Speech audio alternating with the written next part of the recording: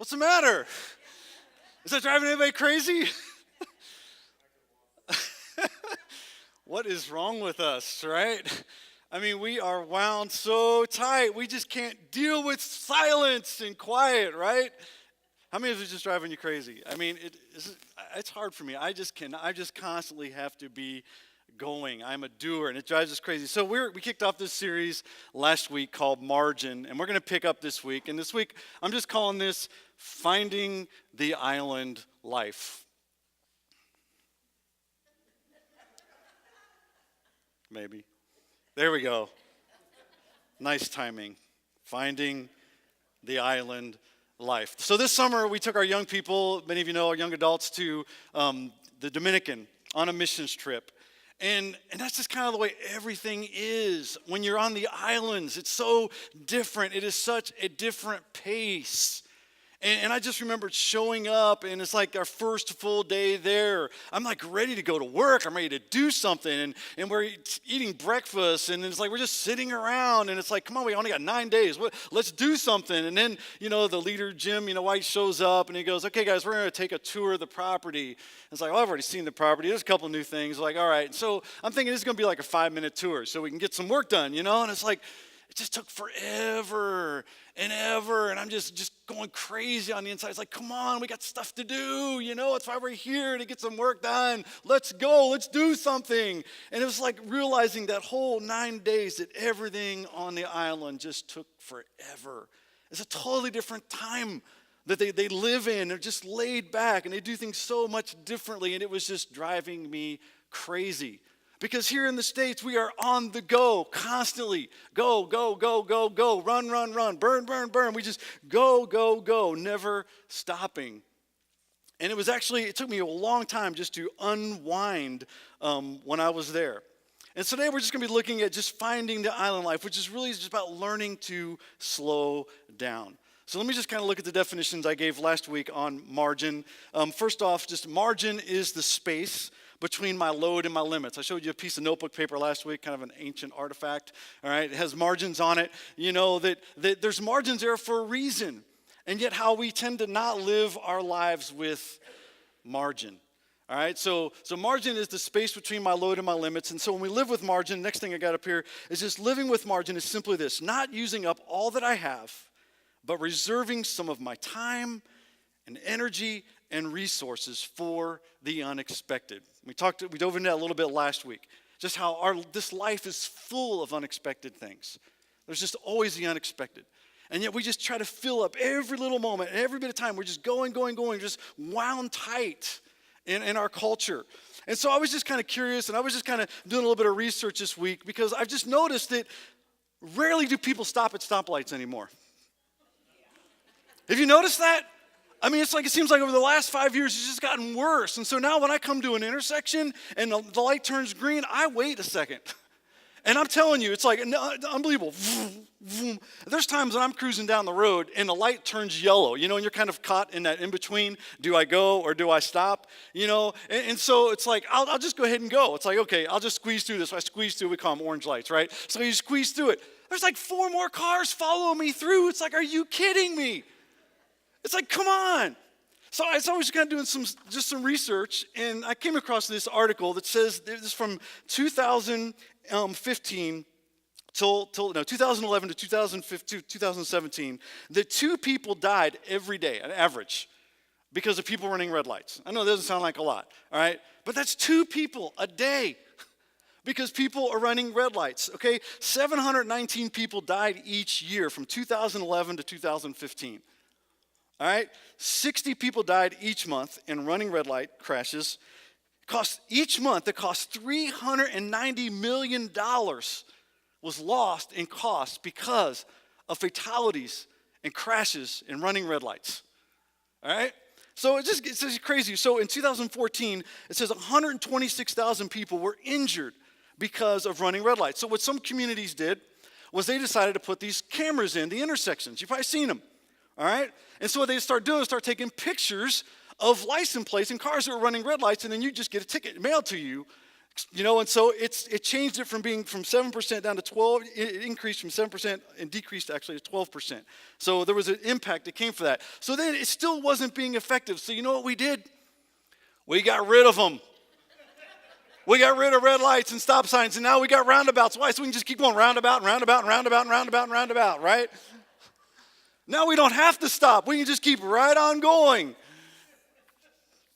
And it solves all of our problems. I know some people, I had to drive through 3 roundabouts yesterday going to my sister-in-law's birthday party and going down to Oliver Winery. And now you take an exit, you go around a roundabout, and then you go over and go around another roundabout, and then you go on down and around. And it's like, good grief. We don't have to stop for anything anymore. We just hit cruise control and fly down the road. And so red lights, we don't have time for red lights. We don't have time to stop. Most people don't even stop at stop signs anymore. So here's another one, okay? How many of you remember buying frozen orange juice? You know what I'm talking about? I'm just curious, how many of you still buy frozen orange juice? Anybody? I see one. Anybody else? One. All right, so here's the deal. Sales just plummeted. Why? We do not have time to wait for that little thing to thaw out. So sales have plummeted. We don't have time for that. I mean, it used to be you get up in the morning and mom would pull that out of the freezer and put it in a little container and we'd let it thaw and we'd put some water over it and we'd have cold orange juice after like 5 minutes or so, stirring it up. We don't have time for that anymore. So we just go and pull it out of the fridge and dump it and go, right? So sales just plummeted. It used to be a hot seller in the stores, frozen oranges. We don't have time for frozen orange juice. We are on the go. Now, I'm just curious, how many of you live with somebody that tailgates? We can be honest, we're in church, all right? It's like we're always in a mad rush, and we're always tailgating. So when I was a kid, my dad tailgated all the time, drove me crazy, made my mom a nervous wreck. She was like always holding on to the dashboard. You know, and my brother and I were always in the back seat, and he just would always be riding the bumper of these cars. Now, what was crazy, this is the part, and some of you may be like this, all right? So you're on there's 2 lanes going the same direction, So you're tailgating the guy in front of you, and then a car passes you on the left. What did my dad do? He sped up. I'm like, dude, where are you going to go? There's no room. I didn't think there was any room. And he starts speeding up, getting closer and closer to the car in front of him. I'm thinking, that is just crazy. We are in this mad rush to go nowhere. So I want to talk about just finding the island life.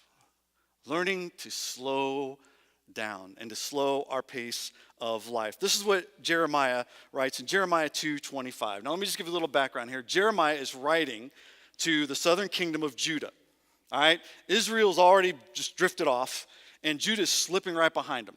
And God's raising up this king of Babylon, Nebuchadnezzar, to come and conquer all the known world and to take his people in Judah, there in Jerusalem, into captivity. And they're just on, people are just living this fast-paced life, just running off. And this is what Jeremiah writes to his people. He says, slow down. Take a breath. What's the hurry? Why wear yourself out? Just what are you after anyway? But you say, I can't help it. I'm addicted to alien gods and I can't quit. And so when you read it, this is from the Message paraphrase. When you read it NIV and the New Living, some of the other translations, he's just saying that we're just so quick to run after all these false gods. And we're just constantly going, just filling our life with all these things. Go, go, go, go, go. And Jeremiah's saying, would you stop? Would you just slow down? Quit running after all these things that really are nothing. And throughout the whole book, Jeremiah is known as a lamenting prophet. He's just pleading with his people.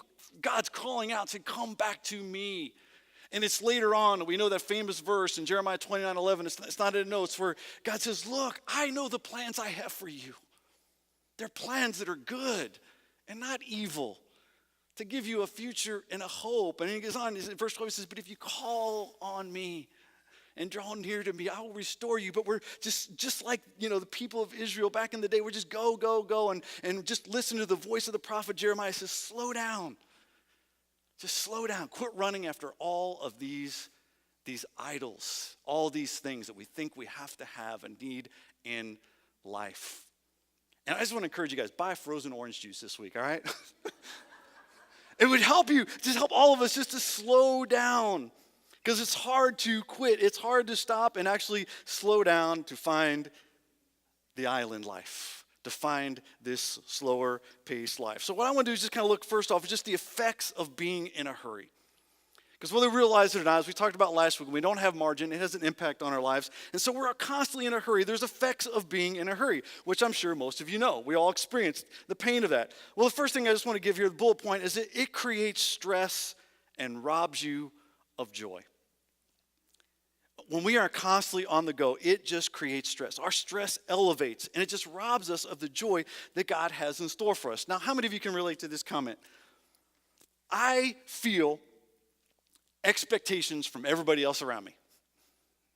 Anybody ever think that? I feel the expectations of everybody else around me. And so we're constantly, wound tight and on the go because everybody expects me to do this. My spouse expects me to do this. My kids expect me to do this. And in the job, they expects me to do this. And it's like all these people pulling. And it's like, I don't have time to slow down, Jim. You don't understand. Everybody expects me to do something.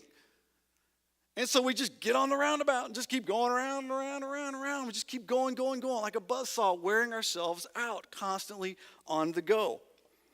Now I've got a wedding that I'm doing from a young couple from our church here in a couple weeks. And this is always interesting. It just reminds me every time I meet with couples that are getting married, just how stressed out the bride is and how clueless the groom is.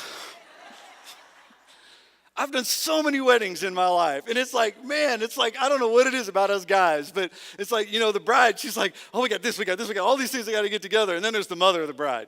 Stay away. I've not even met the mother of the bride yet, but it's like there's all these things, and our youngest got married at the end of last year, and it's like there's all this stress of just trying to just have this one, it's like 15-minute ceremony.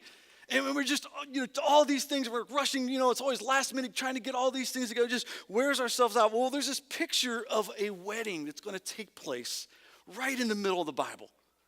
It's probably the most provocative book in the scriptures, called the Song of Solomon. And it's all about this love story. And it's really a picture of God's love for his people. All right, now when a bride is planning on getting married, she is so excited about that day. All right? She's so excited to be able to spend the rest of her life with this one that she loves. And it's like you don't want her to be stressed out because a stressed out bride is not good. I've done a bunch of weddings. It's not good. All right? Well, here in the Song of Solomon, chapter 1, verse 6, this is right at the beginning of this letter, we see that the bride, she's stressed out. And here's why, because there's all these expectations. Song of Solomon says this. He says, don't look down on me. This is the bride. She's saying, don't look down on me because I'm darkened by the sun's harsh rays. And here's why. Because my brothers, they ridiculed me and they sent me to work in the fields. They made me care for the face of the earth, but I had no time to care for my own face.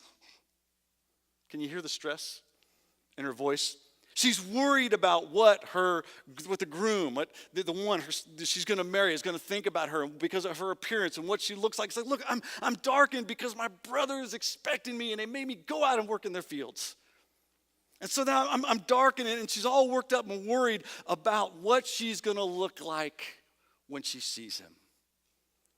And when you get wrapped up into everybody's expectations and all it does, you can just hear it in her voice. It just creates stress. A bride should be so full of joy for that day. Excited to get married and being with the one whom she loves. But she's completely just worked up and stressed out over the fact that her brothers expected her to be out in the middle of the fields doing this work. Now I remember as a kid going on vacation. And almost every summer, we would go on a 2-week and sometimes a 3-week vacations. We got a little bit older, we stretched it out to 3 weeks. But my parents took us to almost every state in the continental U.S. Every year was a different location. We drive around. And I've been to almost every state as a kid, and then I've been to others since then. But we'd go on these 2-week vacations. And you talk about just always being in a hurry. It's like I never could understand why we were in such a mad rush to get out the door to get somewhere. It's vacation, right? And it was so bad as a kid when we get in a car and we're driving down the road. Now, this is in a 1963 Chevy wagon. I mean, that's style right there. I mean, we're just cruising down the road, going 75, 80 miles an hour, and it's like, my brother and I, we're little guys in the back seat, and it's like, Daddy, I gotta go to the bathroom, and then you see a sign that says rest area, 1 mile, it's like, I gotta go to the bathroom, what does Dad do? Right past it. We ain't got time for that. You see the next guy, I gotta go to the bathroom, right past it. We don't have time to stop. So you know what they did? I don't know if any of your parents were abusive like mine, but what they did was, just kidding. We had this can, this coffee can in the back seat on the floor, and it was called the Tinkle can. Now, how many of you had parents that did that to you? Come on. Anybody? Oh, girls, oh my gosh. We need to stop and pray right now. I was like, my brother and I, we had this metal coffee can, and it's like, Dad wouldn't stop. It's like, use the can. It's like, are you kidding me? You're driving down the road. And you're a little guy, and you get just like, call my brother, John, hold the can. I gotta go. Dad, I spilt it. Now he wants to stop. I mean, seriously, we're in such a hurry. It's vacation. And then it's like we get to our destination, and it's like we're standing there for 5 minutes just checking out the scenery. It's like, all right, everybody seen it? All right, let's get in the car. Let's go. It's like, come on. It was like as soon as we get there, we're in a hurry to get back home. Now, what's sick about the whole thing is then when I have kids, and we would take them on 2-week vacations, I'm like, come on, guys, let's get in the car. What takes so long? You've known about this for a week. How come your bags are not packed and in the back of the van? Come on, guys. I'm stressing everybody out. It's like, goodness, come on, McFly. It's vacation. Relax. Slow down. And I'm telling you, it's hard to do that. And I just remember as a kid, it's like, man, it just robs you of your joy. We're so stressed out on just getting somewhere. We can't even stop to use the bathroom or anything. Just keep right on going. And so when we're in a hurry, it just creates stress. It robs us of joy. The next bullet point is it can set you back. I was just talking with my father-in-law about this, and we were driving down the highway, and we kind of knew where we were going, but never been on that section of 69 down where Oliver Winery is. And so it's an on-ramp now and all that stuff. And so it was like, you kind of get, actually we were going to the Ark Encounter. That's what it was last week. We took them. And so we're going down the highway. It's like, okay, we're getting close. Can we pull up that GPS? Now, why is it that we always wait till the last minute to call up the GPS? Anybody else ever do this in there? Am I the only one? So you get it up there and it's like, okay, well, hold on, it's almost there. Do I take this exit or not? Well, it's not up yet. It's not even. Go right on past the exit. Next exit, 20 miles. And just like, could you not? All this stuff's going on in the car. And I was just there, my father-in-law were talking about this. Like, why don't we just take the exit? If it's the wrong exit, guess what? You can get right back on. But no, we're not going to stop because we're in a hurry to get to nowhere, right? Constantly on the go. It just creates all this stress, and it can set you back now 20 miles later. And now as a Christian, you're sitting there contemplating, all right, am I the good Christian boy? Do I do the cut through where it says unauthorized or authorized vehicles only? Do I do that, or do I do my due diligence and be obedient to God and the governing authorities and just keep driving 20 miles, 20 minutes, 20 miles, 20 minutes back? Hour later, we're finally back to the exit, right? So it's like it can set us back if we're just in a big hurry on the go. This is what Proverbs says. You guys having fun yet? I know we can all relate to this. This is what Proverbs says. Proverbs 19 says this. It says, enthusiasm without knowledge is no good. Haste makes mistakes. Can we just all say that together? Haste makes mistakes. So sometimes when we are just wound tight and we're on the go, we got to do, it can make mistakes. It can set us back. Verse 3 says, people ruin their lives by their own foolishness, and then they are angry at the Lord. God, it's your fault. It's always somebody else's fault, right? And then we're mad at God because we got ourselves in this situation because we were in such a big hurry to do something. Just had to have it. Just had to get there. Just had to do whatever. Go. And it can set us back because we haven't learned how to slow down and find our trust and find our rest in God. Okay, Proverbs 21, verse 5 says this in the Message. It says, careful planning puts you ahead in the long run. Hurry and scurry puts you further behind. We get all mad and all worked up. We drive right past the exit where if we just would have slowed down, planned things out. I mean, Cindy gets on me all the time. It's like, can you just stop before we pull out of the driveway and look at the directions? No. All it does is create stress, all right? It sets us back. All right, another one. When we're in a hurry, it causes us to lose perspective. It's so easy to lose perspective in the midst of just being in this mad rush. This is what the psalmist writes, Psalm 46, verse 10. I love this verse. He says, be still. We're just kind of singing about that, all right? He says, be still and know that I am God. Now, I don't know about you, but it's like that is one of the hardest verses in the Bible. Because in our culture and just all that I've experienced in culture, it is hard for me to slow down sometimes. And it may be that way for most of us. Because we just lived in this fast-paced culture, constantly on the go. We talked about it last week, constantly connected. All right, the social media, whatever. We just constantly got to stay connected, constantly got to be doing stuff. Our kids, we got activities, all these things. We got to just go, always in a mad rush to get somewhere. And it can cause us to lose perspective. And the psalmist says, be still and know that I am God. Now, here's what's interesting. When you read that psalm, he's describing all the things. It's very similar to what's going on in our world today. There's chaos all around us. There's tsunamis in other parts of the world. There's hurricanes that just seem to be popping up all the time, bringing mass destruction. There's all this chaos going on in the world. And right in the middle of this, God speaks and he says, look, I know all this is going on. What I want you to do is keep focused. Be still. In the midst of all the chaos, be still and know that I am God. Great example is this. I didn't put this in the notes. Psalm 73. It's a great psalm to read. Because this psalmist talks about how easy it is to lose perspective. And he starts off this psalm and he's just like, God is good. God is good to his people, to those whose hearts are pure. But then he says, this verse 2, he says, but for me, I almost lost my footing. And what he's saying here is, I almost lost perspective on where things were and where I was headed. Because I started looking around. I started being envious of the proud because I saw them prospering despite their wickedness.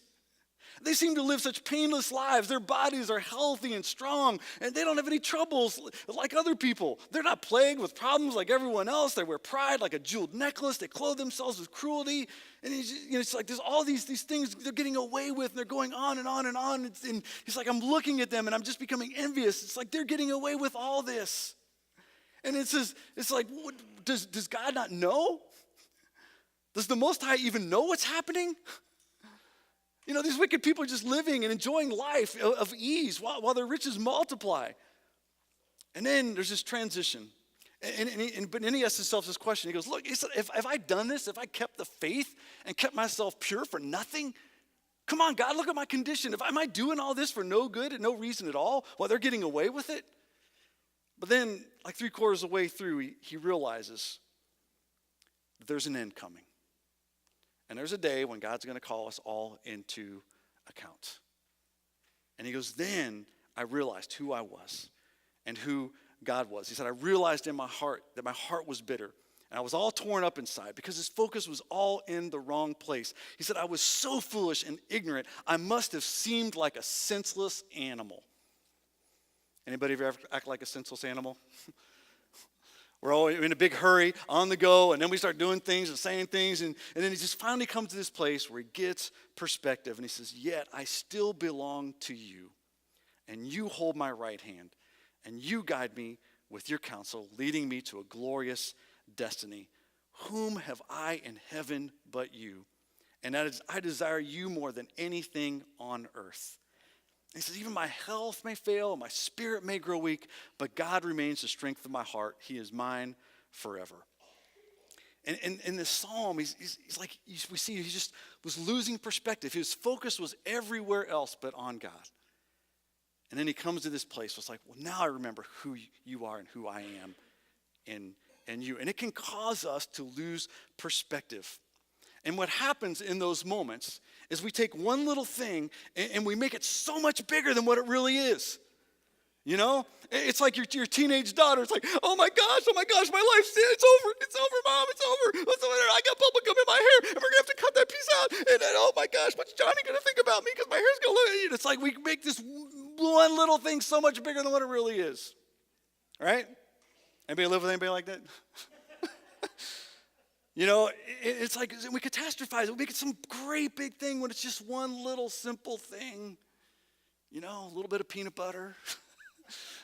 Just come right out. A little bit of shampoo. And it just causes us to lose perspective when we're on this big, crazy rush. So I just want to look at just 4 keys to slowing down. This is probably going to take me another hour to get through this, but we're all good, right? This is island time today, right? All right, 4 keys to slowing down. The first thing is this. I think it's important that we know the impact of the pace of your life. I know we oftentimes don't think of that, but I think it's important for us to grasp the impact of the pace of our life. Now, for some of you today, you don't need to slow down. You need to probably pick it up a little bit. All right? There's some of you that are just a little too slow. All right? But for many of us, we're just constantly wound tight. We're doers, and we just got to go, go, go, go, go. And we need to learn to slow down because we need to understand whether we're going too fast or we're going too slow. All right? Our pace of our life impacts others around us. It just does. And I remember years ago when I was in college and I was attending this church down in Bloomington, I remember Pastor Quackenbush just telling this story, and I've never forgot it through the years. And I've read over that verse. I'd read over it many times in the book of Genesis, and when he explained it, I was like, wow, that is really good insight. So I want to share this with you today. This is from Genesis chapter 33, verses 13 through 14. All right, let me just kind of give you a little backdrop here, all right? So we know that Jacob and Esau, okay, the twin brothers, right? And Jacob steals his brother's birthright over a pot of stew. Esau gives up everything over a pot of stew. He's out hunting. You know, it's hunting season right now. He's famished. He's like, give me some food, you know. And he's like, give me your birthright. So he robs his brother's birthright, all right? Now there's this enmity, this strife between them. And Esau's like, man, after my dad dies, I'm going to kill my brother. And so Rebekah, his mom, hears it. And so she sends Jacob to her uncle Laban's house, all right? All right, different town, far away. He goes, and he finds himself a wife, but then his uncle deceives him. It's like you reap what you sow. And so rather than getting the wife that he was supposed to marry, Rachel, he gets Leah. You know, and then it's like, well, we have to have the oldest married first. Now you can have, so now he's got two wives, all right? So then he says, well, if you just work for me for a little bit, you can leave. Well, it's like, I don't know if it's like 40 years later or something. Now he's like, come on. So now Jacob goes back to deceiving his uncle, and now he's headed back, all right? He's headed back to his homeland. And he knows that he's probably going to run into his brother Esau. And he's fearful for his life. And he is such a man's man. What he does is he puts all the women and children out in front. So that when his brother comes to kill him, guess what he's going to find first? A bunch of women and children. Because they don't matter. No, it's not true. He was just trying to appease. I mean, it's kind of a cowardly thing to do. But he's trying to appease his brother. Surely he won't attack the women and children. And so he's kind of softening it. By the time he gets to the next pack of people, by the time he gets to him, he's appeased him a little bit. So he finally meets up with Esau, and he's scared for his life. Esau's like, dude, what's all these kids and all this stuff? It's like, these are all a gift to you. He's like, look, I'm good. I don't need that. And they embrace. And then Esau's like, come on, Jacob, let's go. Let's get back home. And this is what Jacob says. Jacob replies. He says, you can see, my lord, that some of the children are very young, and the flocks and herds have their young too. If they are driven too hard, even for one day, all the animals could die. Verse 14, please, my Lord, go ahead of your servant. We will follow what? Slowly, all right? We will follow slowly at what? At a pace that is comfortable for the livestock and the children. And I will meet you at Seir. Now, what great insight here. All right, just the pace of our life, and understand that. And Jacob grasped it and says, look, he said, you just go on ahead, because if we have to move at that fast pace, we might lose some along the way. Now think about that, because I think sometimes there's a great lesson here we can learn. As parents, we feel like we got to just keep running our kids from one thing to the next, go, go, go, go, go, go, go. And I'm telling you, the thing I fear the most is when parents, Christ followers, we lose our kids to the world because we were in such a big hurry to get them doing so many things, we didn't help them understand the importance of slowing down and connecting with the Lord their God. And that's first and foremost over anything else that they can do in their life. See, school and activities, they'll all be gone someday. But their life in Christ will be there for the rest of their life. And so it's important that we understand that the pace and the impact of the pace of our life, if we're just constantly on the go and constantly staying connected and constantly doing all these things, it can impact our marriages. It can impact our families. And it even impacts others in the workplace. If you're a boss, a manager, a business owner, it can impact your employees. There's all these things we have to understand the way, and I'm not saying that we have to just take it easy.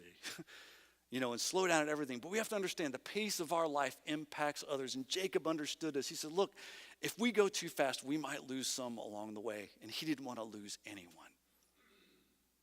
And so it's just a good insight to this whole thing. We need to, first off, when it comes to slowing down, understand the impact of our lives. If we are so driven that we just keep going and going, we may lose some along the way. Second thing, number 2, is just to learn the secret to contentment. Learn the secret to contentment. Now, I want to say as a pastor, it is all the years I've read the Bible, it's like it's so easy to be content. But it's not. Because we live in a culture where we're constantly bombarded with, just being teased. Man, if you just had this. And it's like we always joke about keeping up with the Joneses, but it's like it's easy to slip right into that. If I just had a little bit more, if I could just make a little bit more, if I could just have this thing, if I could just have that thing, then I would be satisfied. And we just get caught in this endless cycle where we're really not learning to be content. This is what Paul writes to this church in Philippi. We did a study on this a couple years ago. Now we have to understand Paul is writing from prison. And this is what he writes. He says, I know what it is to be in need, and I know what it is to have plenty. I have learned the secret of being content in any and every situation, whether well-fed or hungry, whether living in plenty or in want. Now it's like, okay, Paul, what is it? What's the secret? And then he goes on, he says, I can do all this through him, through Christ, who gives me strength. Now remember last week I shared this verse. And I said sometimes we're so busy and we're on the go, we just want to push right through. It's like, I can do all things through Christ who strengthens me. Make the most of every opportunity, because the days are evil. We can sit there and quote scripture and just plow right through the roundabouts. Plow right through life. And Paul is saying here, he is slowed down. He has to slow down. He is under house arrest. He can't go anywhere. And yet he writes the most incredible letters to the churches. And he's still having an influence in the midst of being stopped, in the midst of having nothing, dependent on others to provide for his needs. And he said, I've learned this secret of being content. And the secret to contentment is Jesus Christ and staying connected with him. And he says, it's only through Christ, it's through him that he gives me strength, that I can endure all these things. And that's the secret to contentment. Is learning to slow down enough to stay connected with him. And oftentimes when we buy into just going and going and going, it's usually based out of our insecurities. We're worried about what other people think about us. Whether I've got the right job, whether I'm doing the right things, whether I have this, whether I do that. And there's all this insecurity. It's like we just got to keep ourselves feeling like if I can just fill, that's going to make other people happy around me. And we never take time to slow down. We just drive.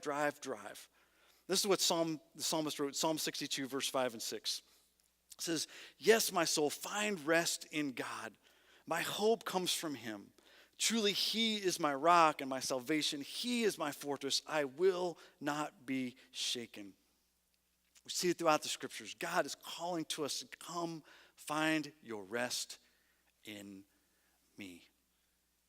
And we need a deeper rest and giving God all of this junk inside of us that just causes us to jump through hoops for somebody else. All right, Ecclesiastes 4, this is what Solomon writes. He says, some say that it is foolish to fold your hands and to do nothing. Boy, that'd be nice just to do that every once in a while, right? Fold your hands and do nothing. Some say it's a foolish, fold your hands and do nothing. You will starve to death, they say. Maybe so. But I say it is better to be content with what little you have. Otherwise, you will always be struggling for more. And that is like chasing the wind. Now, what great perspective, right? The wisest man that ever lived. God gave Solomon incredible wisdom that it's like, man, we just get caught up in having more.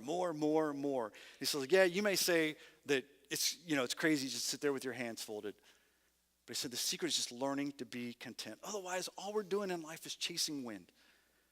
All right, so we just need to learn to be content in God. Third thing, number 3, is learn to say no to getting into traps. Now, how many of you have a hard time saying no to things? Anybody have a hard time saying no? I think it's hard to say no. Now, isn't it interesting that one of the first words that we learned as a kid is no? And it drives us crazy as parents, right? Because you tell your kids to do something, no. What was that? No. It's like, what we ought to do is ought to say, okay, honey, let me tell you something. That's a great word. It's just out of context. I want you to use that word when you're my age. Because you're going to have so much pressure around you to do. And everybody's going to have all these expectations to practice saying no, but just not in this context. Now go clean your room. Because we get frustrated when our kids start saying no, but then we don't say no. And we just go and go. This is what Proverbs 20, verse 25 says. It says, an impulsive vow is a trap. Later you'll wish you could get out of it. You ever done that? You ever committed to something, somebody asks you to do something, and you say, sure, I'll do it, because we can't say no. All right, so let's all practice saying no together. On a count of three. 1, 2, 3. No. All right, it's okay to say no to things. We talked about it last week. We got to build margin. And so constantly, there may be times when we just have to say no. Now here's a life lesson. We'll put the life lesson up here. All right. It is always easier to get into something than it is to get out of it. Right? It's always easier to get in than it is to get out of it, all right? I remember years ago when I was in college, and I'm kind of getting long-winded here, we went to this cave. It wasn't, very few people knew about it. A team from Purdue had surveyed it. It's called Sullivan Cave. It's somewhere in southern Indiana, and you're kind of on your own. And they mapped it out, and so people down there in the cave convinced us there was this one tunnel. It was called the No-No Crawl. Anybody ever done it? Anybody? A couple of it? Brian, you went through the No-No Crawl? Oh my gosh, that's a miracle. I mean, it was crazy. It's like I'm halfway through this thing. It's like you are a worm squirming through a hole. I mean, it is tight. If you're claustrophobic, you're doomed. We were behind a whole Boy Scout troop. We didn't know that going in. And at one point, there's a vertical cavern where you're like, you can see 20 feet below you, and you're like pressing and hoping you don't fall and slip, all right? And then it turns into a wormhole. And you have to you have to get in with your arms in front of you, because what they don't tell you is at the very end, you cannot get out by yourself. Somebody has to pull you out. And so you're sitting there squirming through this hole, and I'm sitting there praying. I think I came to faith like 20 times during that trip.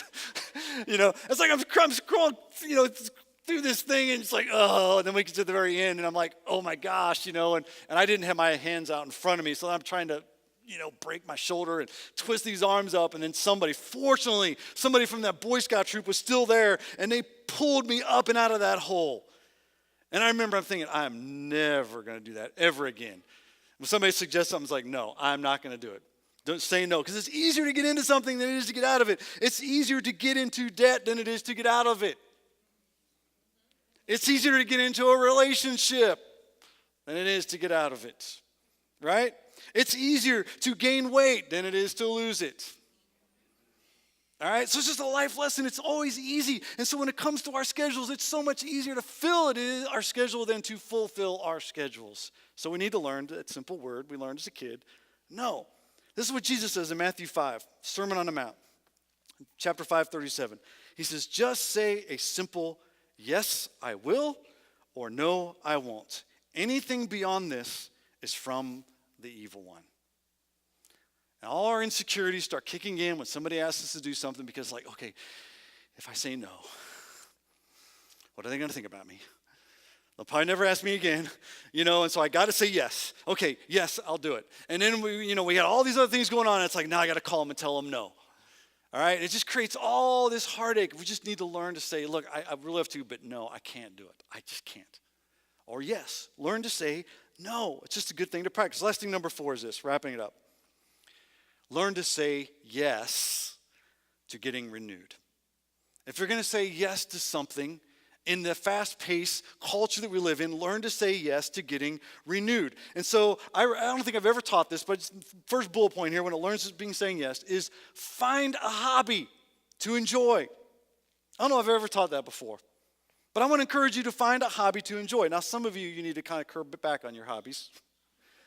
Right? You may spend too much, especially as guys, it's easy to spend too much time. But you need to find a hobby. If you don't have a hobby, you're just constantly go. Find something that you enjoy so you can get away and get refreshed. This is what Solomon writes in Ecclesiastes 8. He says this. He says, so this is what I want to recommend. It's like a doctor giving a prescription. He says, so I recommend having what? Fun. Being a Christ follower can be fun. All right? And Solomon says, look, I recommend having fun. Why? Because there is nothing better for people in this world than to eat and drink and enjoy life. that way they will experience some happiness along with all the hard work that God gives them under the sun. Now we know that there's a lot of work that has to be done every week. And I know, as I mentioned last week, some of you are retired and you still go. And it's okay to stop and rest and relax and find a hobby, something that you can enjoy. So you can enjoy life. And we have to plan those things in, schedule some of those times in. Now, it doesn't mean you got to spend a whole day doing it but just spend some time. And so for me, I personally have two hobbies. And many of you heard me talk about them. One of them is I love to bass fish. All right? It's my addiction. All right? I got 2 kayaks and a 10-foot pontoon boat. They're hanging in my garage above our vehicles. All right? And I try to go out usually just once a week. I haven't done much this summer, in spring. But I would try to take my kayaks out and just for a couple hours. I don't go out all day. All right? But I just take a couple hours and I'll go out and just try to relax. And I'm telling you, it is hard to unwind even when I'm out there in my kayak. It's like, come on, God, help me just to rest and relax and enjoy this. So what if I don't catch a fish? Just learn to slow down. Another thing is I play trombone. I play jazz. All right, I go down to my basement. I'll take like 20 minutes. I just did it last night. I go down to my basement. I put on some improv music, and I just sit there and I just play. It just helps me just to disengage. I don't spend a whole lot of time doing it, but just helps me just to enjoy and rest and get a mental break from all the craziness that goes on. So find a hobby. All right, last thing is just simply this. Find your joy and strength in the Lord. That's ultimately where it comes from. And we need to learn to slow down enough to be still and connect with the God of all creation and our Savior. So find your strength and joy in the Lord. Philippians 4:4, Paul says this, always be full of joy in the Lord. And I say it again, rejoice. So some translations say rejoice in the Lord always. I say rejoice. He's like saying it's finding this our fullness of our joy only can come from him. And it's just making time to slow down and putting him first. So I want to close with Isaiah 40, 28 through 31. We'll wrap this up. And this is what Isaiah is writing to God's people. Once again, Israel and Judah, they're just running after all these false idols, running this fast pace of life, going after all these things. And Isaiah, he's just crying out to God's people. And God is speaking through him, and he's saying this. He says, look, have you not known? Have you not heard? The Lord is the everlasting God, the creator of the ends of the earth. He doesn't grow faint or weary. Yeah, we do, right? He doesn't grow faint or weary. His understanding is unsearchable. Verse 29, he gives power to the faint, and he strengthens the powerless. Even youths will faint and be weary, and the young will fall exhausted. Verse 31, it's a key one. We all probably have heard. But those who what? Who wait. Now this word wait can be translated a couple different words, depending on which translation you read. All right? Because the word waiting in the Hebrew mindset meant more than just sitting in the doctor's office for 2 hours. All right? Waiting also meant hoping. It also meant trusting. So some translations will say trust in the Lord. Those who trust in the Lord. Another one say those who hope in the Lord. It's all that combined together. That's what waiting is all about. We're trusting. Our hope is that our Savior is going to come back someday and take us to be with him. So we're in this waiting period, waiting for the Savior to return. All right? So it's trusting, it's waiting, it's hoping for the Lord. They shall renew their strength, and they shall mount up with wings like eagles. And they shall run and not be weary, and they shall walk and not faint. And the only place that we can get restored and renewed is learning to wait and hope and trust in the Lord our God. And slowing down enough to make time for him. We'll probably talk about that more in this series. But let me just close in prayer. Let's pray.